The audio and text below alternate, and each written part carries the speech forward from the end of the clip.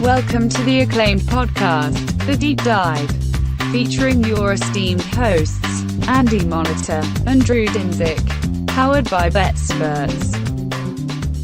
Welcome to The Deep Dive. It's Monday, which means my brain is at about 30% capacity. I had an awesome freaking weekend up at the high Sierras. Really, I know a million recommendations, but I'll save them for Friday. The NFC North is this week, Andy. We're starting to get Miller into Lights in Wisconsin. Really. I went to a small town bar where the bartender was letting her daughter, about a 3-year-old, run across the bar barefoot in front of us. And she's like, "Oh, don't mind her; she won't fall." It's not what we're worried about.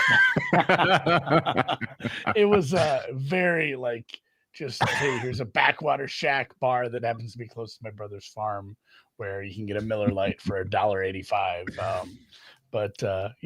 Not the Sierras, the dairy country of Wisconsin, visiting some family. Well, we are going to we'll get to Wisconsin eventually. Yeah, we're going to talk about God's country this week, Andy. We are in the NFC North. Very excited to break down this division with you. All four of these are going to be fun. I don't know that we have talked about where we stand, but I have a pretty strong opinion on what the right move is for the NFC North. So this is going to be a fun series of. Yeah, you are much lower on Detroit as far as the floor for me. That was something you were banging the drum off of on that months ago on Deep Dive Daily. That was one of your strongest takes. I know you've said it on other shows that you've appeared on, and I'm there with you. I'm just not as strong with you yet. I don't know. We'll yet to see. I think that's Detroit's one where I have my finger on the button pretty quick for the sliders. Oh no, those coaches mattered a lot. Yeah. Which, truthfully, and I know this isn't just some zero-sum game where if the talent leaves Detroit, it has to, if Detroit's offense goes down by this much, Chicago's has to go up by this much. Don't know if it's that simple. And this was an extremely hard team to rate. Bears fans are usually the loudest in the offseason as far as winning the offseason, which they've done 5 years in a row. And truthfully, good job. Another good offseason, I believe, honestly, especially with the coaching hire and some of the moves they made. But they also hate themselves, Bears fans, I believe. I think every fan base has that a little. Bears strongly, because all the clips are shared. It's never hey, here's somebody doing something great. Every clip is hey, here's Caleb Williams tripping over his own dick. Hey, it's going to be this again. Yeah. Here we go again. And truthfully, that was the toughest part for me. We'll get into 2024 real quick, but the toughest part was coming up with a rating for quarterback OC. And I think we need to talk about that a bunch because Ben Johnson, as an OC, let's not say head coach, leader of men, but as an OC, he's he's an 8, he's a 9. But if you look at the EPA numbers or any sort of stats you want to look at for Caleb Williams, he's a 1 or a 2. And those, so where do you find a middle ground on those? And I don't know that it's just in the middle of those two numbers. I think the guy on the field matters more than the guy in the booth or on the sidelines. And it's really hard to say, who's, if, the player's going to drag the coach down or the coach is going to be able to lift the player up. That's honestly one of the most exciting storylines probably this whole year across the whole league is to see Ben Johnson for sure. Can Ben Johnson make this work? Because it was pretty rough at times across big chunks of the season there. 3 of the top 5 most interesting things about the NFL are in the NFC North.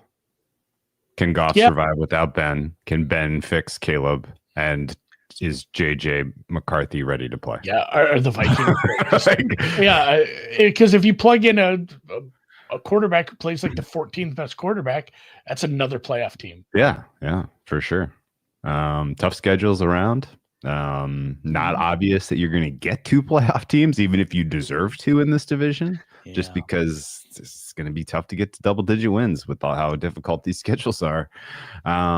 But yeah, I mean, I have a pretty specific opinion on the right way to attack this division. So excited to see if we agree, or if there is, if the right thing to do is just be patient, because a lot of the divisional games outside of the week 1 head-to-heads, which, by the way, the NFL can kind of fuck off putting these really important games in week 1. Like, we're gonna love it anyway. We're gonna watch the football anyway, guys. You didn't need to put Monday Night Football, Bears Vikings. Didn't have to. Could have saved that for a little later in the season. Yeah. Didn't give us Lion Packers week 1. But those 2 outcomes are going to shape a lot of people's impressions about the NFC North standings, and then NFC North generally, for the rest of the season. And I don't know if those teams are ready to play each other then, or if we're going to take a long. We'd watch Jags versus Bishop Sycamore on week 1. Doesn't matter, but whatever. So, Sam, we might save this for Friday. This is a fun Friday project. It really is a fun one. Let's talk about it now, because Caleb Williams is a very, very important. But I mean, I'd love to do like the first 15 of that. Having a projection on Caleb Williams that is correct this year gets you a long way to having some, kind of a reasonable, price structure of this division. It really does. It's weird that a Commanders fan wants us to do a redraft of the 2024 draft. Who would go? Hey, Andy, who would go first? You know who it would be? It would be Jaden Daniels. Well, yeah, and it would be a run to the podium situation for the Bears, probably. I think. I mean, at least from what we've seen, he may have some longevity. There may be some size questions still swirling. I think the fact that he played as well as he did with dealing with injuries last year in his first season is all kind of positive spin for Daniels being able to continue to be the guy to build around. But Williams we didn't see even really many flashes of the elite tools that we were expecting last year. Let's do it till we get to Caleb. Let's just do it quick. Same teams, same needs. First off the boards, the Bears take Daniels. Washington takes Dre May. The Patriots are in need. I mean, they still need a quarterback. They probably take Bo Nix. The Cardinals, they take things. Brian Thomas Jr. and Malik Neighbors. I was going to say Malik Neighbors or Brock Bowers or Jared Verse. Well, they have a great tight end. They're not taking Bowers. 2 tight ends are better than 1. It's a lot of fun. Chargers, honestly, I don't care who's still on the board. The Chargers are just the Chargers. They're still Joe Alt. Yeah. They'll just take Joe Alt. Yeah. Who's the biggest human being? Get me that guy. Giants might take Bowers. Giants might take Caleb Williams. I think he'd be your 4th quarterback off the board, and I think it would be. He would. I would have put him at like Minnesota taking him at like 10 or something. I think they actually moved up to get that spot, but I think of it's probably the same. Roma Dunze is still in the mix for a lot of those. I've already come off of this take, but I was very much. I'm gonna be delighted, just absolutely delighted if we get to December and the Bears are not in the mix for our playoffs, and every other quarterback drafted last year is. Yeah, because that's very possible. That was you brought that up, and I think as Sam's pointing out in the chat, the follow up is Williams the 4th quarterback off the board, almost certainly. And we haven't seen Penix or McCarthy really play, so it's hard to put them ahead of him. I think he's 4th. And truthfully, one we kind of missed that should probably be in the top 10. Like, if I have a top 10 pick, and I looked at Roma Dunze, I'm probably taking Brian Thomas Jr. instead. Yeah. If knowing now, BTJ and Malik Neighbors are probably your first wide receiver off to the Cardinals. I think Marvin Harrison goes in the teens. Yeah, middle of the pack. All right, no defensive players, although. Who's the guy that absolutely rocks for the Rams? Jared Verse? I was going to say Verse should be a top 10, top 12 kind of pick, top I 10. suppose. And, I'm not sure where, though. Who else worked out defensively? Honestly, another good one. Yeah, another Ram. For the Rams. Yeah. Oh. Not Dallas Turner, sadly, for your Vikings. Although we'll see if he pops this year. Who it didn't? Quinyon Mitchell. Quinyon Mitchell, yeah, surely. Yeah. Oh, yeah, Cooper DeJean. He's in the mix for DPOY. Give those guys some shine. Yeah, that's a great point. All right. Well, we will know. We'll have a much firmer answer on all of this after this season. Yes. After we get to see a full season of Penix, after we see what in the hell the JJ McCarthy experience looks like, and after we understand if Caleb Williams is fixable, because this is, with the Bears, as far as like a team building exercise, getting Ben Johnson, like it's again, like it's a little mixed signals, right? It's like Ben Johnson wanted to come here. He had a lot of choices. He could have taken an avenue that was team in a softer division, team with a little bit more, kind of high end, surefire talent at the key positions that you knew could succeed right away. Cleaner early path to success as a head coach, and he elected to go to Chicago and take on this reclamation. I say reclamation project. We've only seen Caleb Williams play 1 year. Take on this development project, Yeah. and there's mixed signal there. It's like he sees something, right?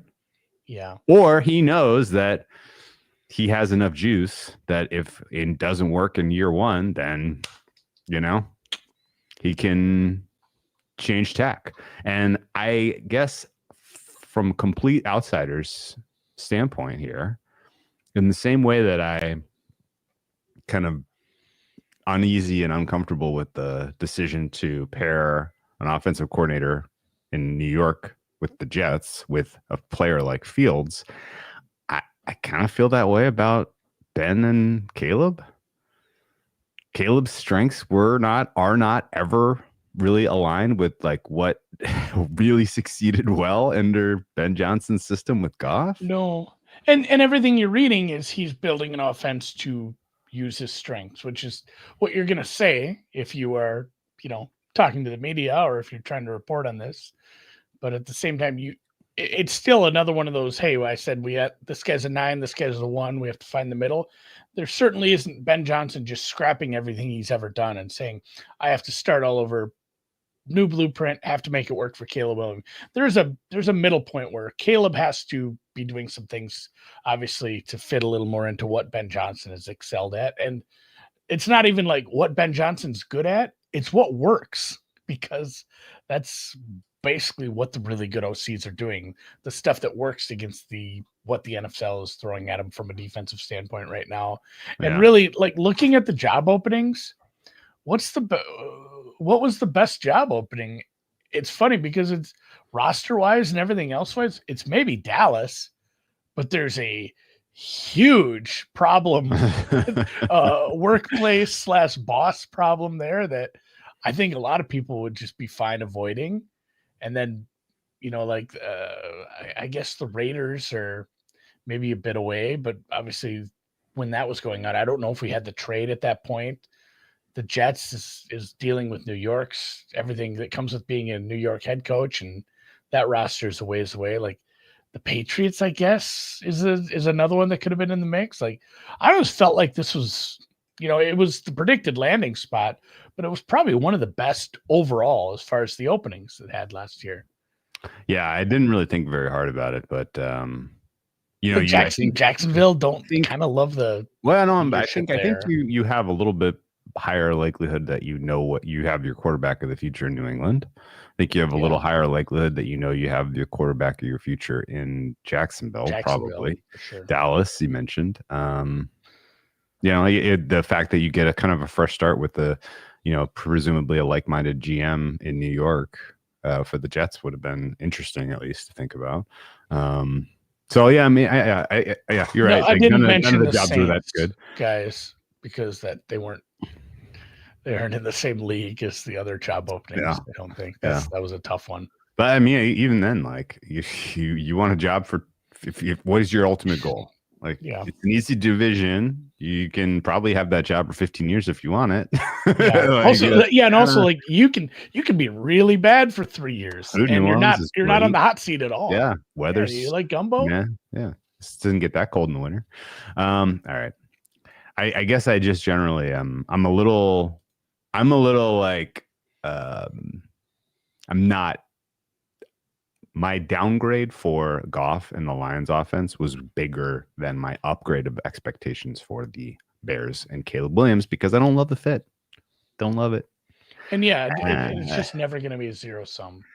Yeah. Something like that. And I mean, my spidey sense about Caleb Williams is kind of informed by my other kind of general unproven thesis, which is if you have an arrested development, sometimes it's impossible to recover from that. And I think his final year at USC was huge step backwards developmentally, compounded with his rookie year in Chicago was another, kind of arrested development example. And now you've had 2 years where you haven't really been getting the type of instruction and, kind of tutelage you need to be able to execute this position at this level. And if he all of a sudden can just do it and it all just starts to click for him, good.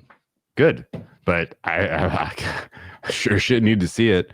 And I'm not, a couple of wrinkles, couple of trick plays, a couple of, we found ways to, to kind of give you some easy buttons isn't going to be enough to salvage what was a pretty poor rookie season from him last year, ultimately.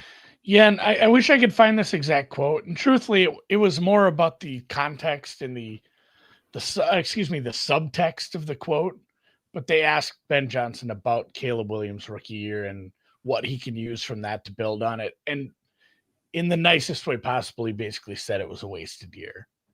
He's like, it was like, well, he knows he knows like the process of getting ready for an NFL game is like, and he went to camp once already, and that's good. But I mean, it was pretty damning about how he felt that Caleb Williams' year went last year, as far as,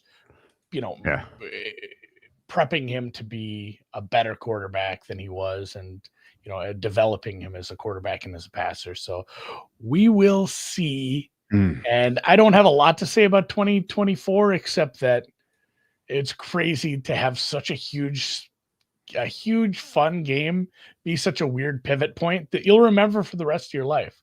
Like anytime you see that Hail Mary, you'll be like, hey, that's when the Bears season ended.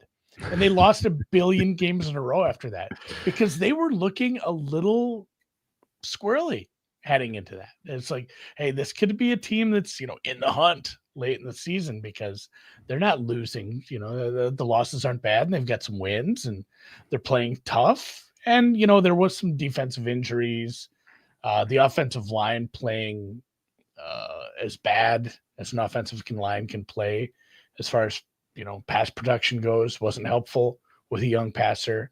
He didn't do himself any favors either, but I think it was the most sacks a quarterback took by a lot. By like, that's what I'm saying. The margin was. When was the last time we had a 60+ sack quarterback? Yeah, the margin was decent between him and the next guy. So there was some big holes in the roster that were a big problem, and yeah, they finished 4th in the division. Last time we had a 60 sack quarterback was Sam Howell in 2023. Yeah. Before Howell, and he was doing it as a bit. I still believe. Yeah. I don't know how he took that many sacks. Bryce Young, his rookie year, got sacked 62 times. But I guess here's the kind of the thought, right? Considering you got 17 starts out of Caleb Williams last year, the outcome of what he was able to produce was probably like 10th percentile in the range of expectations preseason. We went into the season last year. I had him rated at the quarterback goes C 3.5. There was like some reason for our potential, we had to start somewhere. His first overall pick, it was undisputed first overall pick. People were, kind of tapping him as generational. Ultimately, what he did was, I would say, around the 10th percentile of outcomes. It was bad. It was mostly because of the sacks. It was mostly because of how long he was holding onto the football. His EPA per dropback was minus 0.10. Ironically, the same exact EPA per dropback number as Bryce Young, who the Bears had traded away the pick the prior year to the Panthers to take. But I think ultimately minus. What was the biggest headline, Drew? What was the biggest headline this time last year? We're doing our Bears podcast. What is the one phrase everyone else mentioned about like the situation that he was coming into? Yeah. It was one of the best situations ever. Look at he has a good running back. He has 3 good receivers. He has a tight end. He has, a steady defense, a good coverage squad. There's some He's pass got rushers weapons. in town. They've invested in the pass protection. Yeah. This should be as a recipe for success, and it was ultimately very much not. Bears were very clearly a bottom 10 offense, and a lot of it was his performance specifically. Now, like there weren't a lot of turnovers. But the potential for explosive plays, which is what made him such an exciting prospect, which you just didn't see. The explosive plays were big negative sacks, nothing impressive down the field. And some of the kind of specific attempts that he made at trying to do something magical down the field ended up just being horrific wasted plays. Right, like huge consequential negative plays and key moments in games, in down, convertible down and distance. If you take the play that was drawn up right over the the middle instead of scrambling for 3.5 seconds and then trying to thread a needle 55 yards down the sideline. Like, yeah, he was trying to do too much. And that comes from some of the college stuff, I think, too. Yeah. That was a strength, working out a structure and making it happen. It's like, oh, these pass rushers are all the fastest guy I've ever met. Yeah, out of structure, it was a disaster for him last year. And if you can get him to play within a structure that is more well designed, and if you can get him to get the ball out in timing, with rhythm and avoid the pressures converting to sacks at a historic rate, then like this should be salvageable. But 2 years now of arrested development has me concerned. And the fit. All right. 2024 was a wasted year beyond just the losses at the hands of basically pretty much every important game. And some of them in heartbreaking fashion. The Lions loss on Thanksgiving was very memorable. Yeah. That was probably the best your team had played all season to that point, and you still couldn't get the win. Overtime, they had like 3 or 4 memorable. Yeah, 3 or 4 heart rippers. All kind of right in a row there too. 19-20 loss to the Pack, 30-27 in overtime to the Vikings, 23-20 to the Lions. And then there was a healthy amount of quit when you take on Niners that next week and lost 38-13, and then 30-12 to the Vikings, and then 34-17 to the Lions. That Thanksgiving loss to the Lions in that sequence of 3 losses in division was a spirit breaker. Yeah. And when did the coach get fired? You remember? Do you remember like the sequence of things? Like Waldron got fired, Brown got elevated. Then Getsy got fired and Brown got elevated again. So am I remembering all this? It was right? the Thanksgiving game. So Eberflus, not Getsy. My bad. Go ahead. Yeah, Eberflus was the Thanksgiving game. There was 12. That was the 12th game of the season for them. They were 4-8 after that loss. They fire Eberflus and they elevated Brown. Okay. When did they fire Waldron? Do you remember? No. Was that after the Patriots game where they scored 3 points against the Patriots? That might have been it. And Brown gave you 3 good game plans where you probably covered, but you weren't able to beat any of your divisional opponents. And then they fired Waldron. That was like it was. Waldron was first year on the job too. Didn't even do a full season. Yeah. He replaced Getsy, who went to LV, excuse me. The Patriots game, 16 for 30 for 120 yards.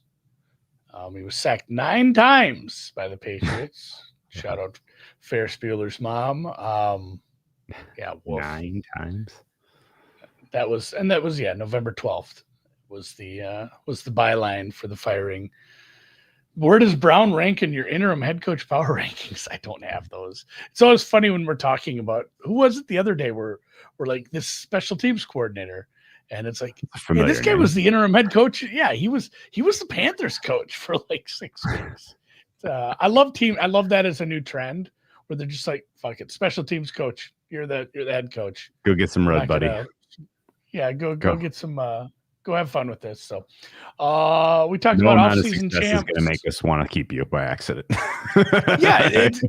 Then you never have. Who is the Raiders coach that just got Antonio Pierce? Yeah, Brown. Yeah, you never have the Antonio Pierce problem. Like, hey, we loved what you did, but you're more valuable as a special teams coach. And who are we To kidding? someone anyways? else. And yeah, the fans are never going to be like, we got to elevate this guy. Like, no, we need him to design kickoff coverage. Like, all right, offseason. Let's start with the draft, because they did get Colston Loveland. They do have. Just talking. Oh, they already have a tight end. Yeah, they have 2 good tight ends now.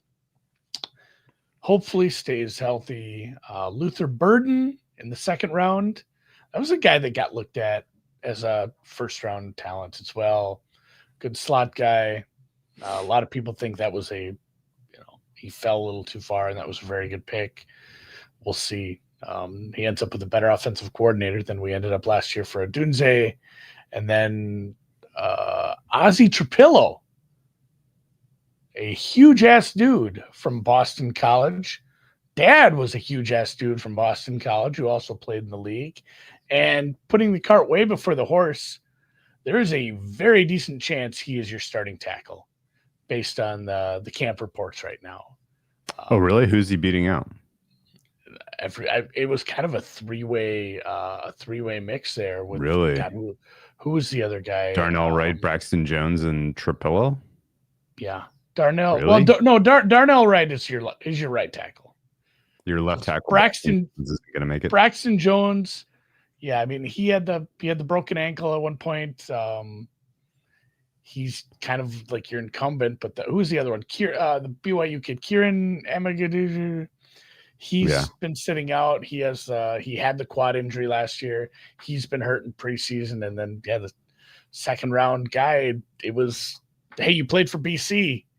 They kind of run enough of a pro style offense where you played enough football at this style of offense that you're in the competition. And now it's sounding like he may be your left tackle. So okay, it's people are excited about this offensive line. I'm hesitant. Well, I guess the reason to be excited is they've made a clear investment in the trenches in terms of what they did in free agency and via trade, going and getting Thuney, talk about Thuney and Jackson. Thuney, Drew Dahlman, Jonah Jackson, a completely new interior there. Although I never really felt like the interior of the offensive line for the Bears was like the major problem. Like they weren't good, but I wouldn't man, they really need to, go fix that interior, right? It wasn't like the Seahawks type of a situation where it was very clear where and what the problem was. And I mean, these guys are a little on the older side. The Joe Thuney in particular, these guys are getting up there. Jonah Jackson, of course, has a little bit of familiarity with Ben Johnson, which matters. But you get some professionals now on the interior of that offensive line, which should help things. But again, it feels like every year you're investing a lot in the trenches in Chicago with very little return. And this could be another example of that because, who knows if these guys can stay healthy or if they can come together. The continuity certainly isn't there. I'll tell you that. I like that they, invested though. You saw a quarterback get sacked a million times. Sure. You bring in a very good center in Drew Dahlman. You traded for Thuney, who's been good good on a good team. You got Jonah Jackson, who was, he was Detroit before he went to LA. And then you drafted, like I said, in the 2nd round late, you drafted another offensive tackle. You took some depth. You added some pieces for depth. Your offensive line would improve. And then also, like you mentioned, the draft, kind of the same problem.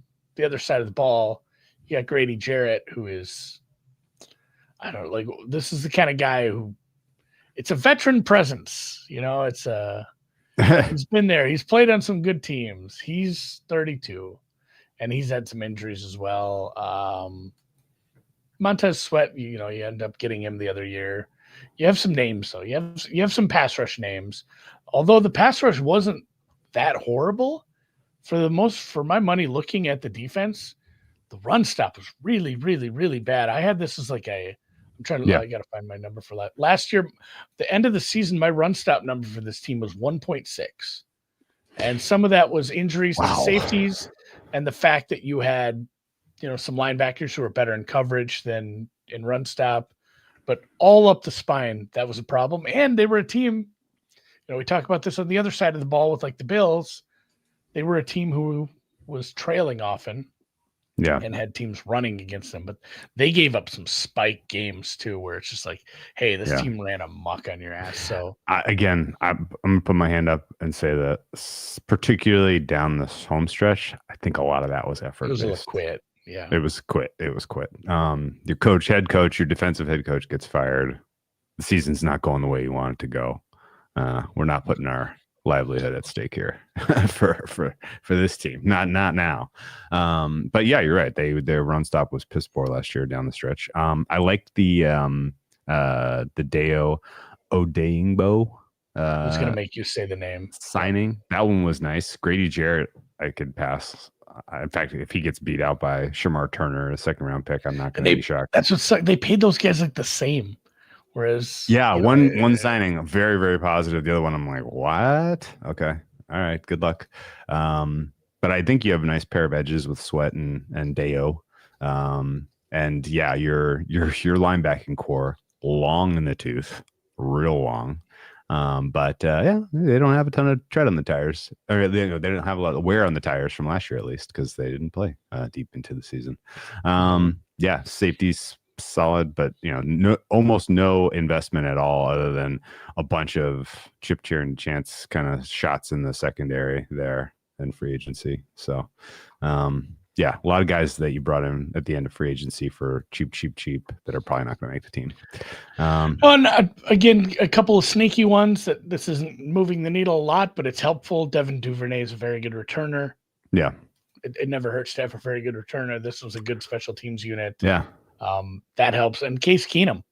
Yeah. You hope he doesn't have to play, but it's always nice to have an older. I'm going to take this time, since you brought up Case Keenum. I don't know if he's going to beat out Tyson Bagent. We decided, right? Rhymes with pageant. Yes. I don't know if Keenum beats out Bagent, but there's definitely a world where one of those guys fits what Ben Johnson wants to do a little bit better.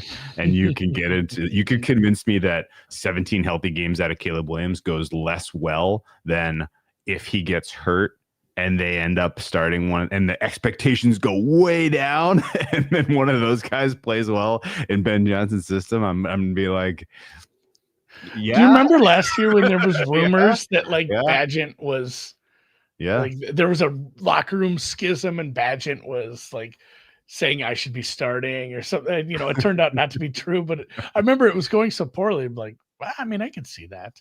Yeah, I don't, even if Keenum's your third guy and he's just, he's not even dressing. It's just nice to have a veteran voice in that room and, somebody who's been there. I mean, he's been in big games, played in an NFC title game, for Christ's sake, for the Vikings way back.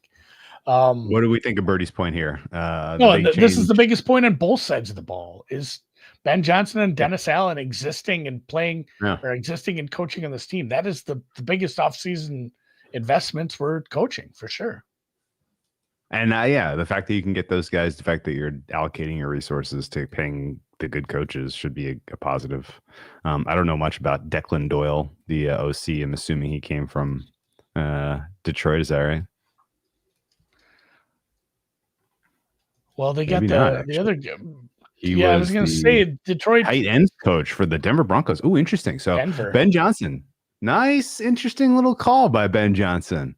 Rather than bring a Detroit guy with him from that staff, he was like, give me somebody who's working with Sean Payton. Just kind of curious what he's got going on, because I've kind of tapped out all I can stealing from McVay and Shanahan. I need some more need some new inspiration in the room.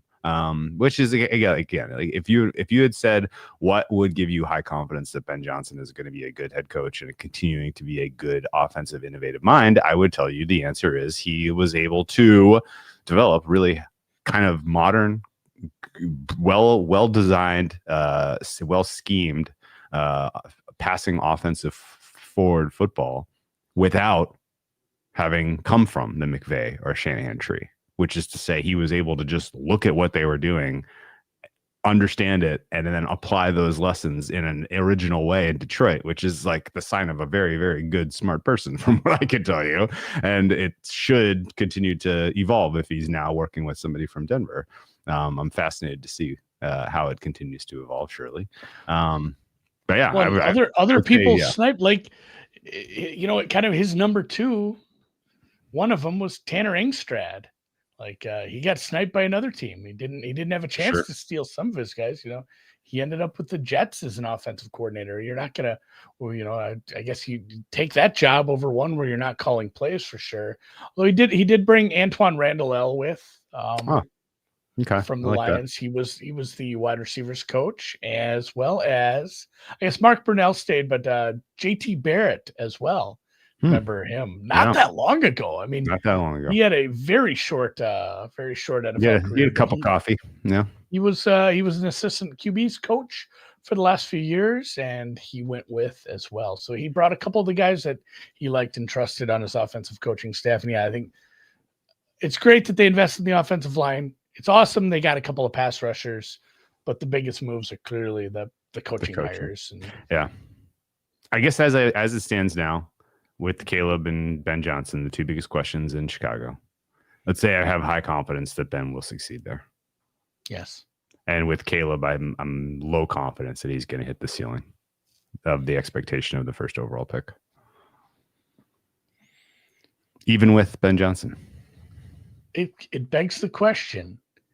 Case Keenum, comeback player of the year, 300 to 1. I don't even know what the number is. Don't make that bet, please. They'll if he's the favorite in December, the AP will be sending notes to all the voters reminding them that this is not an award voting for someone coming back from sucking. This is an award. I know. I need to find an injury. Overcoming injury. He hurt his hamstring 4 years ago, guys. He's still kind of getting back on the horse. All right. Let's talk about the schedule. Let's look. Brought to you by Circa Survivor and Circa Millium 7. The day is growing close. I think it's 9 days I'll be flying out. It's getting very, very close to heading out to sign up for some contests. And we got the right logo, we got the right team name, and we got a 8 implied wins. Tough schedule. Yeah. But with mixed in, cupcakes. If you're a middle of the pack team, like some of the ratings are going to imply, there are some games. You got New Orleans at home. You got the Giants at home. You got Cleveland at home. There are some games where you should be, showing the fans this is the future of the Bears. This is what this offense is going to do. We're going to beat the shit out of some bad teams, hopefully. Shame on the NFL. Shame on the NFL for sending Ben Johnson back to Chicago. I'm sorry, sending Ben Johnson and Chicago back to Detroit for a Sunday 1 p.m. game week 2. Absolute atrocity. That's an absolute atrocity. And then the other Detroit game happens to be week 18 when who the hell knows what either team's playing for. Like, come on, guys. I know they played last week. They played last year, but nobody would have been mad about just Thanksgiving rematch. Shit. Just do it again. Run it back. Like 3 or 4 years, just 3 or 4 years in a row. Like, just have Bears Lions on Thanksgiving. Like, that would be fun. That would be a fun wrinkle. I don't care. That's awesome. Yeah, that'd be fun little schedule wrinkle. Where 1 o'clock, you know what you're gonna get. Ben Johnson back home against Dan Campbell. Like, that would be killer. The fact that that's buried week 2 absolutely sucks. And the fact that the Chicago has to go on a short week absolutely sucks. The other than that, like, presumably your easy games are a little bit front loaded here. I guess the 3 easiest games on your schedule are hosting New Orleans week 7, hosting the Giants week 10, and hosting Cleveland week 15. The fact that all 3 of those games are in Chicago, you better win those 3. you better take care of business as touchdown favorites in those 3 games. I got to tell you that much. Certainly the New Orleans and Cleveland games where they don't really, get in Cleveland at the end of the season when they're going to have a rookie quarterback. You get New Orleans in week 7 when they have a rookie quarterback, presumably. And yeah, I think, there is some bright spots there, but the only problem with the New Orleans game is it's sandwiched between ass beatings. Yeah, right. Like, you are at Washington in primetime Monday Night Football, short week into the New Orleans game, followed by at Baltimore. Actually, at Baltimore, at Cincy, back to back after that. Yeah, you know what I kind of hate is when you come out of your bye and you're playing on Monday Night Football. It feels like a completely wasted extra day of rest. But whatever. The the Washington game is obviously of paramount interest to anyone who cares about the ongoing drama between quarterback redrafting of 2024. You do get how many of the young QBs is the only one you're playing? Daniels? Yeah, it looks like it is. I guess JJ McCarthy. You get two head to head against JJ McCarthy as well. Which, if he looks amazing in those two games and Caleb Williams plays like shit, that's going to be tough. That's going to be a tough one. In the Giants game too, sandwiched between two road games against teams that are better than you, and as Brian and Chat's pointing out, Cleveland games sandwiched between two Packers games. I don't like that either when they do these schedules and you play a division foe 2 times in 3 weeks. Like, just spread that out somehow. Spread that out somehow. Yeah. The coin flips feel tough as well because it's although there's a possibility the Detroit game late in the season doesn't matter to maybe either team. So who knows if that's actually a coin flip game. That line could be awful weird if, various starters are sitting out for one or both teams. The 2 Minnesota games are massive if you're betting this win total. The Dallas game is massive, especially considering the turmoil they're having down there right now. And then you got to win. You got to win those 3 games that we mentioned, obviously, and then the Vegas game heading into the bye. How do you feel about it as a Minnesota guy? How do you feel about drawing Chicago week 1? Because Minnesota historically plays poorly in Chi-Town, but a lot of that it's kind of usually the end of the year. Weather kind of sucks. Yeah, I was going to say for the Vikings, it's probably nice. You get it's not cold out yet. It's a nice, warm fall evening, Monday Night Football in Chicago. It's not an indoor team playing, in the cold like that. And also, maybe this is a bit of a, which side of the coin are you going to argue? You've had less time to get Caleb Williams ready and have him looking good, but also you don't know what this offense is going to be yet. So, it may be element actually of be a surprise. tougher prep. Yeah, a tougher prep for Flores with just not knowing what Ben Johnson's going to roll out there. I don't love going up against the Flores defense, right? No, if the pass rush and the Van Ginkels of the world are playing at the level we saw at times last year, maybe it's not the best way to break into a brand new offensive line. So you're saying if you're going to bet Van Ginkel DPOY, do it now. Yeah, I guess we'll look at the Minnesota schedule, but that could be a big that could be some ginkling. The market does not love Chicago in that game, by the way. I know it's kind of soft numbers, but the betting has actually moved us since I made these graphics from 1.5 down to a pick 'em. So Minnesota is catching the support, we'll say, for that opening Monday Night Football contest. Bookmaker has it a pick 'em. Bookmaker is down to 43.5 total as well. So Bookmaker's excited about these two defenses potentially squaring off on Monday Night Football.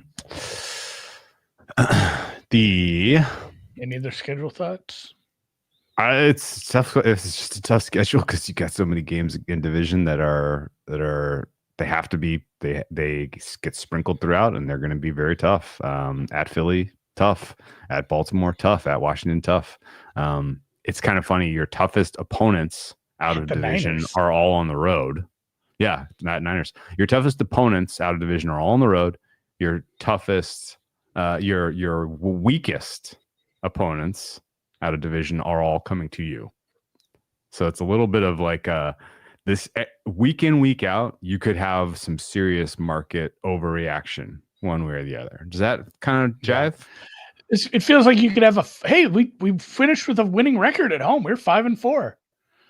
What was your overall record? 6-11. 6-11.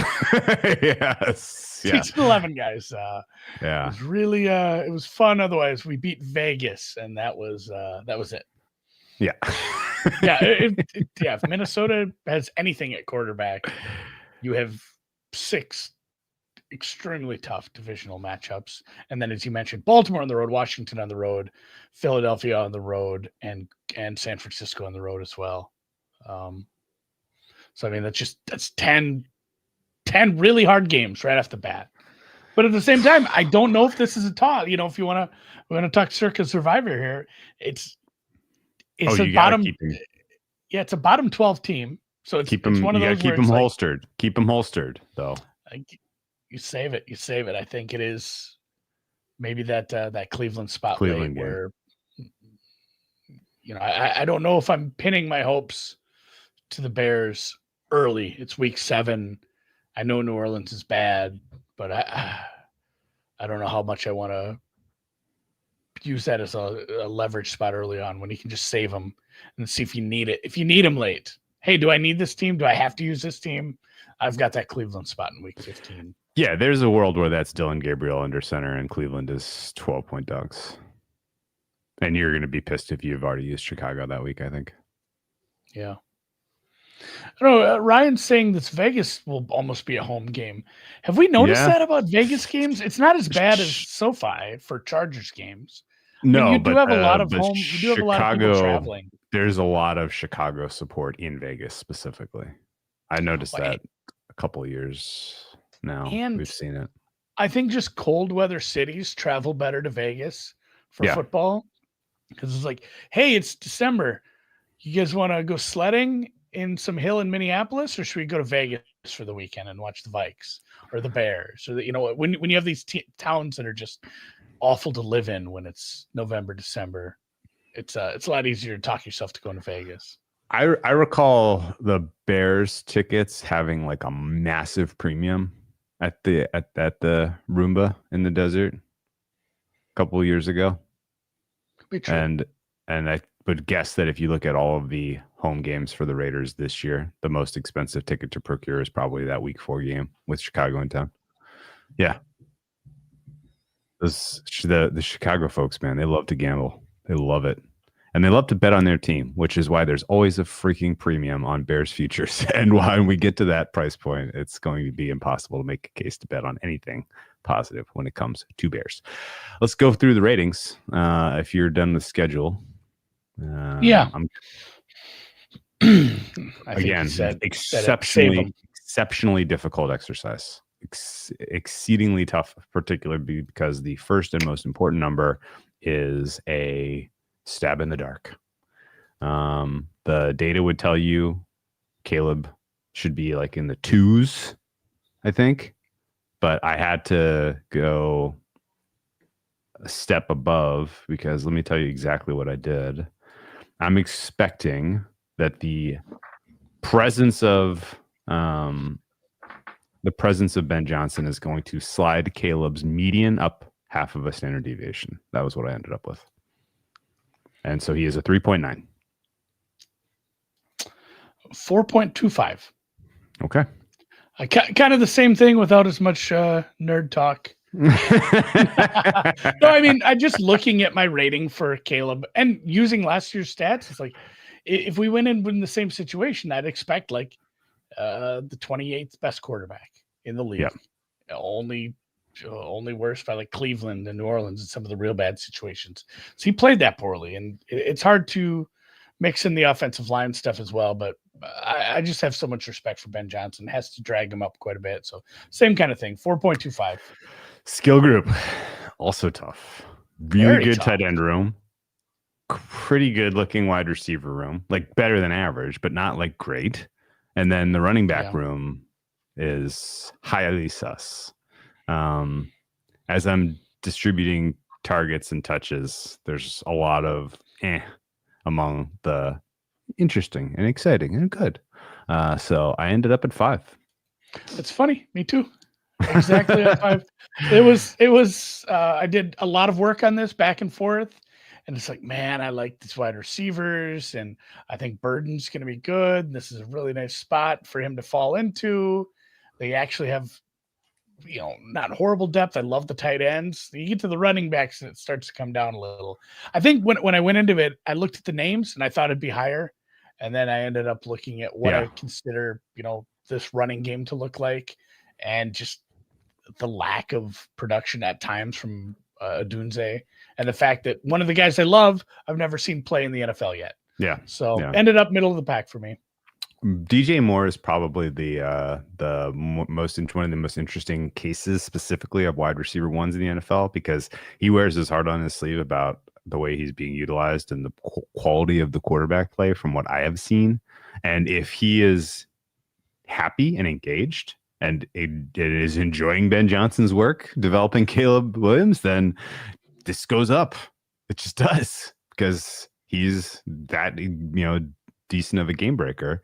And if it's not going well, like, we're gonna he's the litmus test for sure. Like, if he's pouting on the sidelines and pissed that he's that play X, Y, and Z is happening at the key moments of the games, then that's sort of telling you that this is a Caleb Williams problem and there's nothing Ben Johnson can do about it, in my opinion. So watch this space. Watch DJ Moore. Offensive line. I am excited for Swift too, just to see how they use him in the passing game. Oh, for sure. Just knowing what we got at times from they had a cup of coffee together in Detroit, right? Yeah, they did, but just not even the fact that they know each other and have worked together, but it was just how they used the running backs in Detroit. Having him, having Roshan, having they drafted a guy late, I think 6th or 7th round, that Ben Johnson has highlighted a couple times in press. Kyle Monangai. Monangai. Sure. Travis Homer, special teams guy, but still, it's a group with upside for sure. Okay.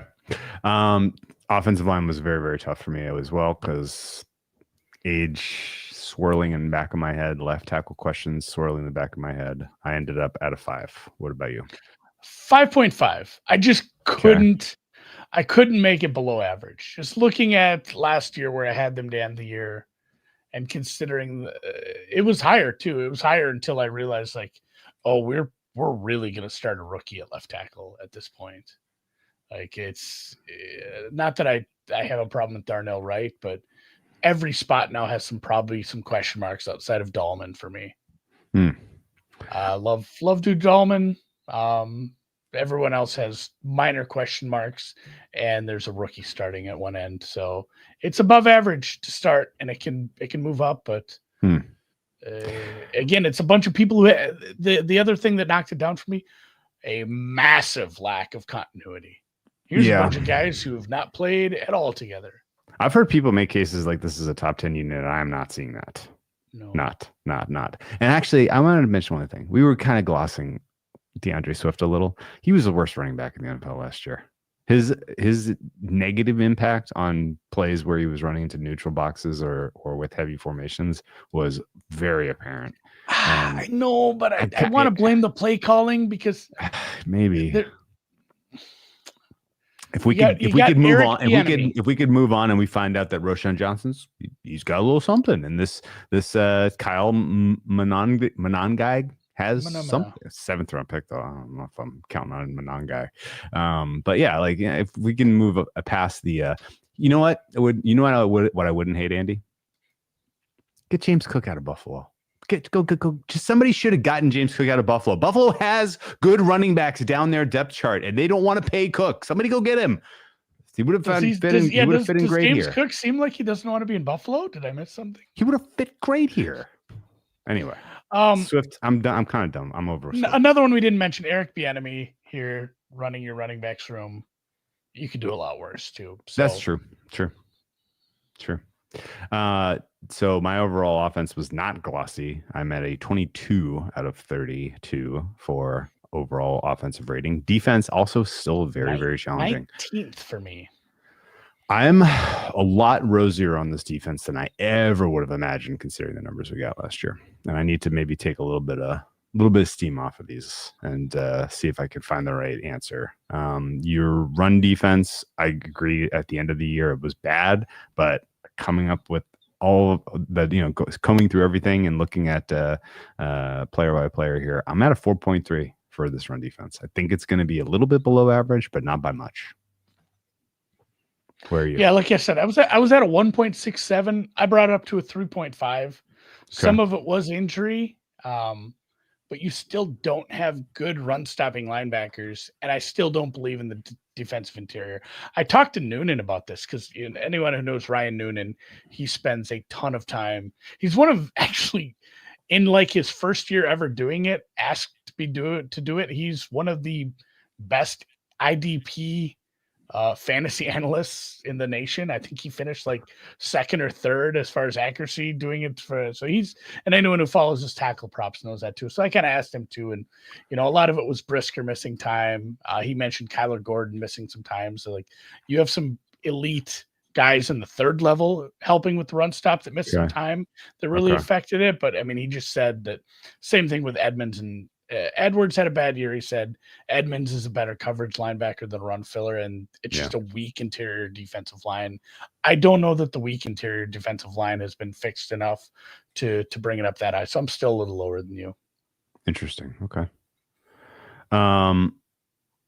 This one is impossible. Pass rush? Yeah. This team was elite at generating pressure. They were fine at getting sacks. They added to the room. Their pass rush win rate was pathetic. Their run stop win rate was pathetic. I'm really, really, really torn here. Their pressure rate was the top 5 in the NFL, which is heavily weighted as I get to a projected number for pass rush, and I'm at 6.3, and it does not feel right. No, I'm not that high. I'm at a 5. I looked at everything that you just said too, and it didn't make sense. The pressure rate was great. I tried to look back at the schedule to see if it was just timing against some bad offensive lines. It's hard to get a lot of signal with something like that. There was a little bit, but not enough for me to be like, that's the thesis. But yeah, it was an okay pass defense at times, but I'm attributing more to that to the coverage. And if you look at, like you said, the pressure rate was good, but everything else wasn't. I'm giving coverage credit for that. Okay. So your defense is going to be ranked higher than mine. I have them knocking on the door of a top 10 defense. My coverage number for them was 6.1. 6 flat. Okay. So that was always going to be the highest number for me. And as I mentioned too, we had some guys that were injured last year that didn't get a full run at it. They got rid of oh God, who's the guy that was waving at the crowd now? No, isn't he still here? Isn't it Tyreek Stevenson?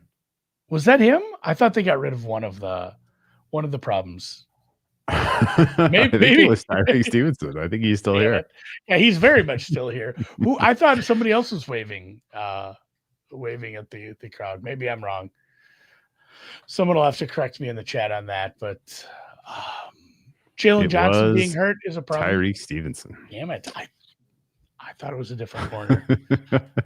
Leo mentioned Gordon's good, Brisker's good, Jalen Johnson good, but injured.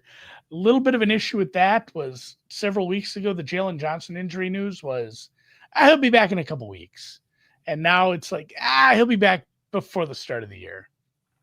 So keep an eye on that because he matters a bunch to this cornerback room. I'll have to probably knock this number down if I don't think he's going to play to start the year. Yeah, I don't have a read there. If I 100% agree with that, he is a guy that does move the needle for coverage bigly. The depth is a little rough. I don't know anything about Za Frazier. I don't know anything about.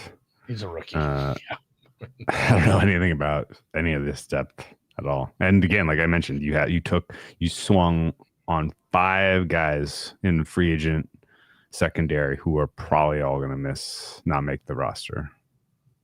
Sean Wade, Trey Flowers, Alex Cook, Deshaun Wright, Nick McLeod. Yeah, don't think any of those guys are going to be on the 53, but we shall see. All right. The final rating for me for the defense, and I'm going to have to really think hard about if I'm going to knock that pass rush down. I'm the 11th best defense in the NFL. Trust your shit, Drew. Don't worry about what I say. Trust your shit. Intangibles is also kind of fun and interesting. I went high here because of Ben Johnson love. I'm at a 7 for intangibles, expecting that he will be kind of adopting the good things about the aggressive mindset that Dan Campbell has bestowed upon the Lions franchise. I think we get a lot of that in Chicago as well. Do you agree, or do you think he is not made of the same stuff as Dan Campbell? I treat this the same way, and this was something we talked about last year with like Jaden Daniels and Caleb Williams and all the guys. Like, even though guys I like as rookies, I start as you're a shitty ass rookie and you suck. Like, you've never done this. I don't know what to do with your number. I'll move it after I see you do something. The same thing, kind of thing. We've seen very highly regarded OCs, DCs come in and just, you're not a coach. You're not a head coach. While I agree that I think he's going to be forward thinking when it comes to analytics and aggressiveness and stuff, I've never seen him do it. And I built some of this in with my OC number where it's like, hey, I'm already rating my QB OC a little higher because of you. I don't know if I can double dip as much in you. So I just started with a 5. He's definitely not a negative, but I think more of his positive is coming as the play caller than as the head coach. I dig it. How about special teams? Solid 7. Solid. Okay, 10. Nice. Top 10 special teams unit. We got all-star Torrey Taylor, who actually wasn't as good as I'd hoped, but improving. Cairo Santos, like we said, Devin Duvernay is a top, what do you want to call it? Returner. That's, I suppose, what most people would call it. And then just everything else that you want to look at was pretty highly rated as far as, kickoff return and kickoff coverage. They were, some metrics had them as a top 5 special teams last year. I think going back a second, if it turns out that Ben Johnson isn't an aggressive, or at least a make the correct decision, go for it guy, I'm going to dig in a little bit on what's going on with the Chicago analytics department, because some of the stuff that Ryan Poles does is like, hell yeah. And then there's enough that is like, what the fuck? That I kind of assume he's not necessarily leaning into all of the right tools and analytics and data sometimes. So, I'm definitely, I think that's worth kind of monitoring. So in totality, Chicago is my 20th power rated team. They are a minus 0.44, a smidge better than the Cardinals for me, a hair below Pittsburgh. It's funny how we disagree on stuff, and then at the end, it's like, you were minus 0.44. Yeah. I'm a minus 0.51. So we're fairly close. Miles apart. Miles apart. It's funny, we're always higher on some things, and that'll affect how we play these teams, I guess, when it comes to matchups. I do want to go back to special teams, as I love special teams. Sure. Richard Hightower was somebody they retained. Just if you're doubting that this was a good special teams unit, of all the people they shit canned and brought in a new staff, he was somebody they retained. He was a walk-on wide receiver at the University of Texas many, many, many moons ago. Cool. And that's where he met fellow walk-on Kyle Shanahan in the early 2000s. And that, I honestly, if you go look at his career, it was a bunch of Redskins, Browns, Niners. It's funny, like the people you meet along the way, and then you end up getting the job, and now he's, as high as you can go as a special teams coordinator until he gets that interim tag someday. I like that. The Chicago Bears betting from a win total standpoint is a no-go. This is a no-fly zone, and that is because the market was wildly tilted at the start, and now the best you can do for an alt under is under 7.5 at plus 111. I do no thank you. There's certainly enough upside that 8 wins is possible for these guys. Their schedule is not that hard. 8.5, people have bet the under 8.5 pretty aggressively since that opened. Over 9.5 plus 275 is also no thank you. 10 wins feels pretty tough to come by. Like a lot has to go right for 10 to be a thing, and plus 275 is not good enough. And I think What's the upside bet for this team? The upside bet for them is playoffs, yes, probably, but even that's fucking gnarly. It doesn't pay that well. Oh, you know what it is? The upside bet is stage of elimination loss in the wild card round. 4-1. 4-1. That's not bad. Yeah, you get there sneak and into the playoffs and get their brains. Just hey, welcome to Philly. Yeah. Hey, the 2-7 game. Yes. Philadelphia, Ooh, 12-point favorites. Yeah. Yeah. I think that's a little much. It's not going to be 12. It's not going to be 12. No, but it's going to be 9. 7.5, 8. Yeah, it'll be over a touchdown. Little teaser protection. Little teaser protection. Especially I don't hate Chicago goes to Philly on Black Friday and gets crushed there. Like if the offense is good, I mean, are we of the mindset Coach that of the year? It's not. Well, I think that's up there anyway. I don't think the odds are very good on that. But I was thinking more of like Burden or Colston really having a breakout season, and none of the quarterbacks. I don't know if Burden's already. I see it being man. I don't know that he's and I see it being a sum of the parts kind of offense. Yeah. Defensively, they don't really have a rookie that's gonna contribute at that. Defensive player of the year, I don't think there's, even if it is a pushing top 10 defense, like are we betting Montez Sweat defensive player of the year? I don't think that's a thing. It's the only real bet besides make the playoff one you mentioned, and then of course what I mentioned was the Case Keenum comeback player of the year, because it's funny. Yeah. I'll just mention that make the playoffs, yes, as kind of, even though there is typically Bears enthusiasm, the yes is plus 173. So that's kind of why 4-1 losing the wild card round is fun, right? Yeah, that's a good bet. This is fun too from Hussey. Alex Hussey in the chat. But I remember they had this chart and it was like, it was like the guys on Step Brothers made it for Prestige Worldwide, because the flow chart just pointed at a picture of like a taupe cylinder that just said analytics on it with no explanation. Just as like, oh, there's a cylinder somewhere and our analytics are in there. Yeah, and we just got to open it up. That's the supercomputer. It's a cylinder shape. It turned out. Yeah, it turned out it was a Pringles can, not a supercomputer. My antenna are up on that one for sure. All right. The Chicago will knock out the Lions out of the playoffs week 18. I love that prediction. That game is in Chicago, by the way. So would be pretty fun if that were for the 7th and final wildcard spot. And Sam mentioned this earlier too, and I meant to bring it up, but Caleb adjusting to playing under center and within. I mean, we mentioned within. It's a really good point. But the under center more is. And I think that's the biggest splash of cold water on Caleb. It's just like he is going to be asked to play differently. Yeah. And we didn't see a good outcome letting him do what he's good at. I honestly, if it works, I guess here again, like this is, I'm repeating myself now, but like the fact that was the proposed solution on behalf of Ben Johnson is on one hand correct, because like him getting the ball, snapped in the backfield and running around like a chicken with his head cut off was clearly not working. Getting him under some structure, getting a bunch of veterans in the interior of the offensive line to be able to kind of make this work. Like it sounds like the right thing to do, but again, like it's so far outside of where we've ever seen him succeed that I have no high confidence that it will work.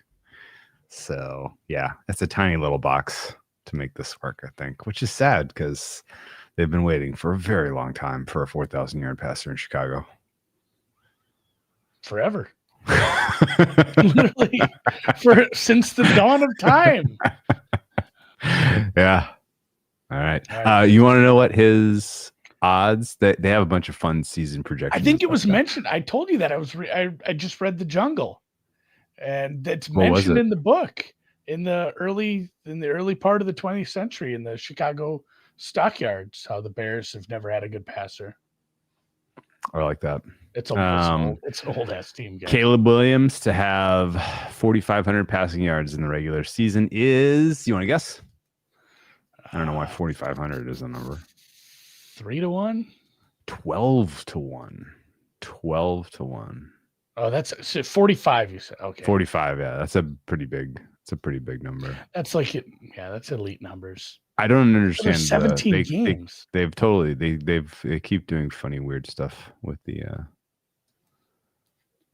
the season-long futures. Oh, NFL season stats is its own new category now. Okay, so they expanded the menu at Bookmaker to a humongous degree. Let's see what his passing yards over/under is.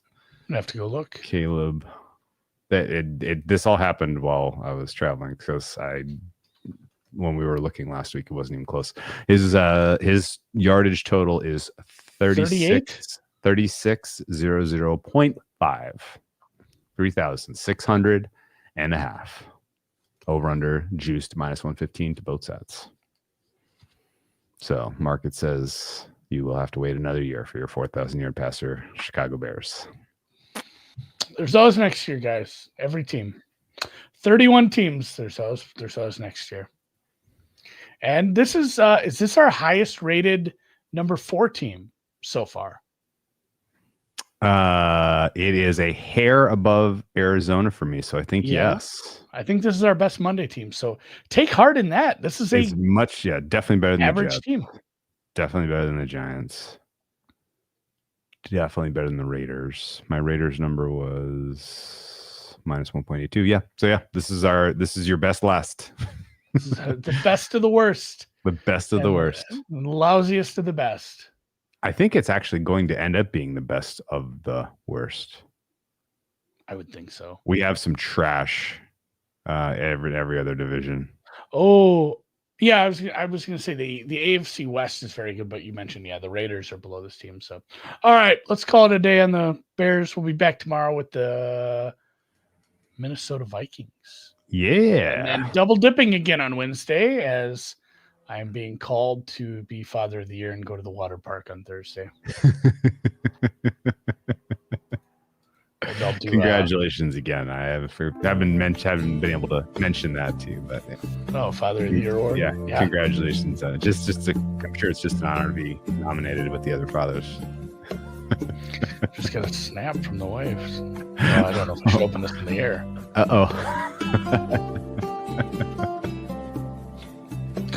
I did it.